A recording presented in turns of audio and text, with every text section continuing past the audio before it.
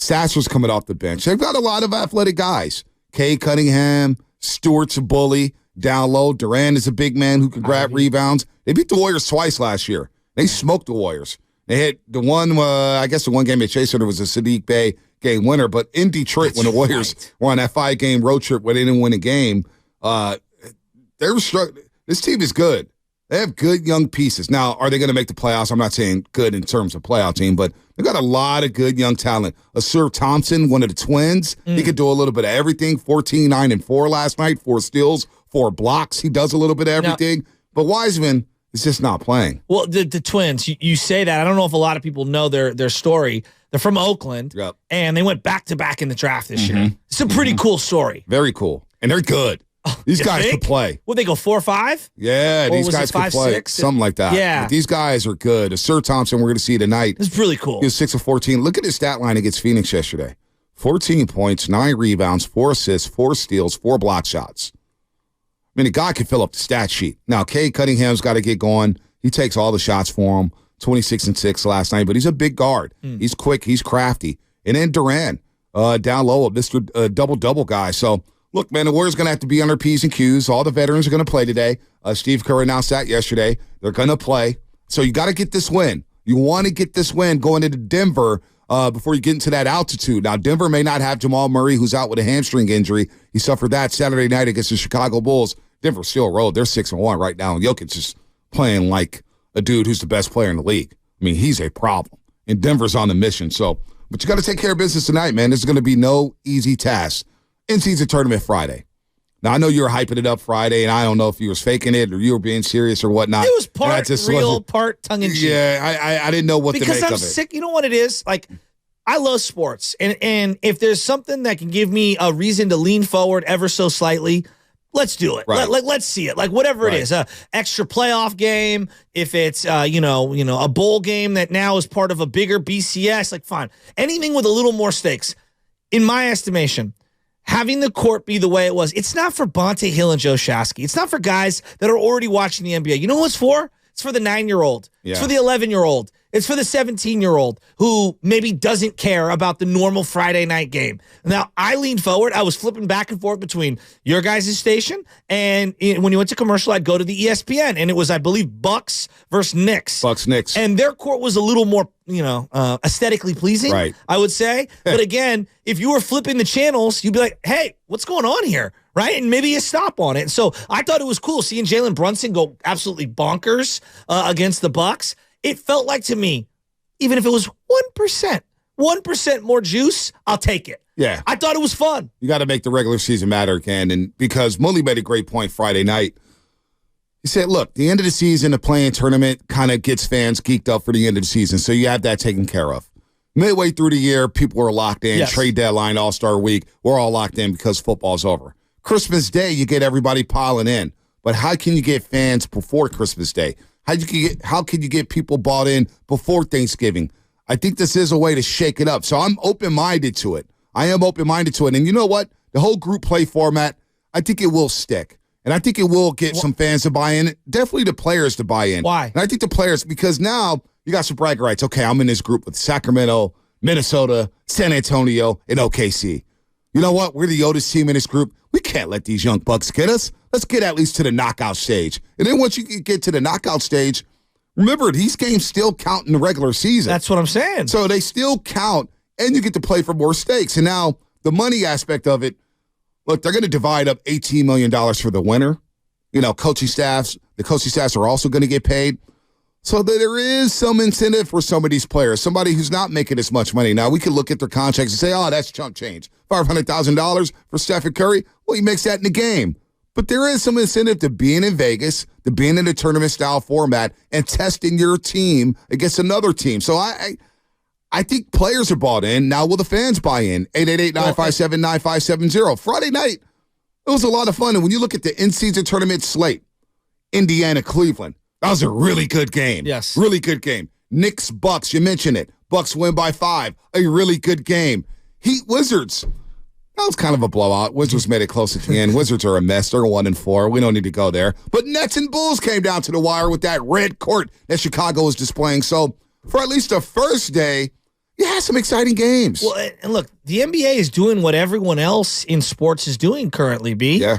They're creating must-see or got-to-see more of it opportunities for their broadcast partners. And I know people are like, what's a money grab? And this is, yeah, welcome to, the world in 2023. Yep. The World Baseball Classic. You think Major League Baseball just puts that on? No, they put it on because their television partners want something in a dead period of the time, and they think they can make a lot of money and grow, quote unquote, grow the game by creating new audiences. WBC was good. And it was good. Really good. It's always been good. It was, and I think it really built some momentum. Now they had a break after the WBC, before opening day. You had a 2-week lull, I want to say. Great. The timing isn't great, but I get the vision. Yeah, exactly. I understand the vision. Okay, why do you think Major League Baseball added wild card teams? You think they just want more playoff teams? No. Their broadcast partners want to be able to say, we are getting a playoff game or 2 or 3 playoff games for this series, and we're going to get that. TBS wants it. ESPN wants it. Fox wants it. All right, why do you think Amazon Prime just announced this year, we're doing a Black Friday game? You think that just comes out of left field? Right. So I look at what the NBA is doing. If you're ABC, TNT, NBC, one of the regional sports teams packages, you're saying to yourself, give us something that's sellable, right? A little more so than your normal December Thursday night, Wednesday night, Friday night game. And so, yeah, it might be stupid to a lot of people, but I tell you right now, there's a reason we saw 50 commercials with LL Cool J and Draymond Green over the weekend. And it was, hey, you know what? TV the commercials are good. The commercials are good. LL Cool J, Mama Go Knock You Out, the remix. It wasn't bad, Spadone. You know what I want to say here? Steph Curry, again, saving the NBA's booty when it comes to television viewership. You cannot tell me that Steph Curry with a game winner on the opening night of this whole in-season, is it the end-all be-all? No.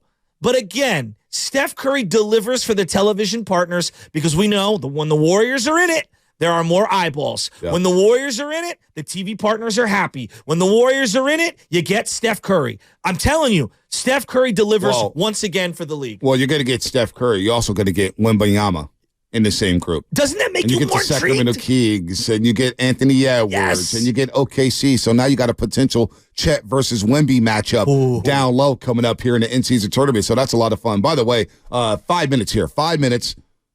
You better know the show. You better be tapped in right now.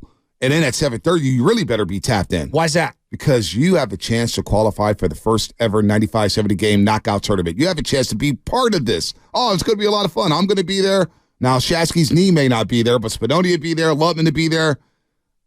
Do we think Steiny's playing? He better play. All the hosts better play, for crying out loud. All the hosts better play. Any host doesn't play, that's shame on you. I'm calling all you guys out if you don't play. I'm not a system player. I am a system. No, you guys aren't systems. You guys are system players, and you need to be there for the system that is the 95-70 game knockout tournament, the first ever tournament. If all the hosts don't play, I'm going to be really disappointed because I'm playing. I want to knock these dudes out. Nikki in Oakland won last Friday. Hey, Nikki, I want to knock you out of this tournament. I want to win. So you can qualify in 5 minutes. You better know the show. You better be listening from 7:30 to 7:45 and know the show. We're going to talk about something. We don't know what we're going to talk about. No, we do know what we're going to talk about. We are organized on the roast. Believe it or not, it's organized chaos. But each show, this is the last week too.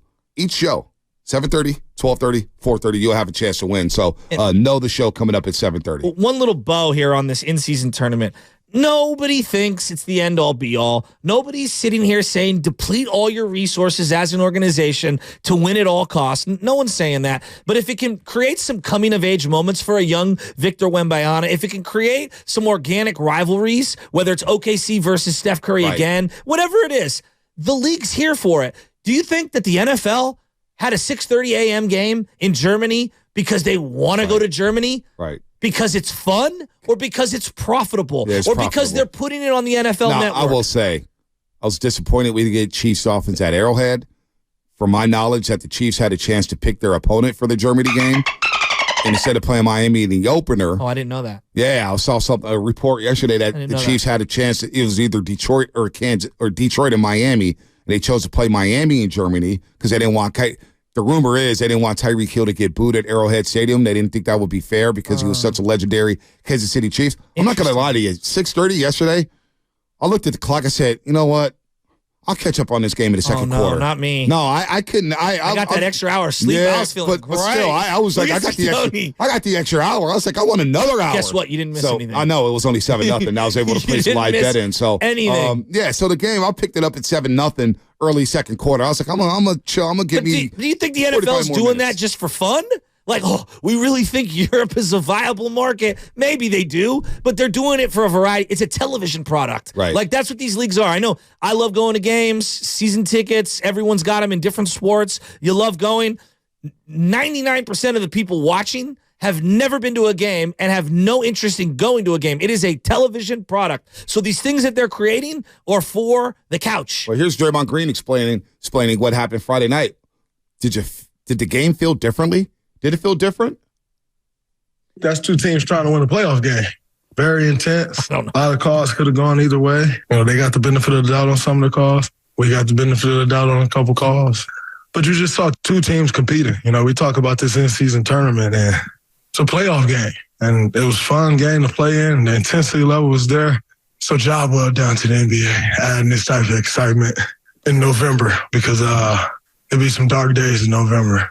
But your games like this, you can appreciate them. So it's great. And then they had guys make plays down the stretch. We had guys make plays. Came on top. All right. It's not a play. I want to stop him. I love him. I know he's a part of the entire marketing program. It was not a playoff game. That's a little strong. Did you hear Buki on the call? But I Or boy, kill it as a Buki. You can feel the intensity. No, okay. And I'm not going to lie to you. But that's where I felt the intensity. But that's what's going on here. That's where the professional pride and the competitor stuff kicks in. Forget like the stakes of a play. That is a little. I think that's going a little too far. But I do believe that there's a little bit of professionalism when you know that, like, hey, this actually does have some ramifications. You crank it up 1% more. No one's saying they're, giving playoff level energy. That did not equate the same as game one against the Kings last year. But it was 1% more than a normal November 1st game. Look at you.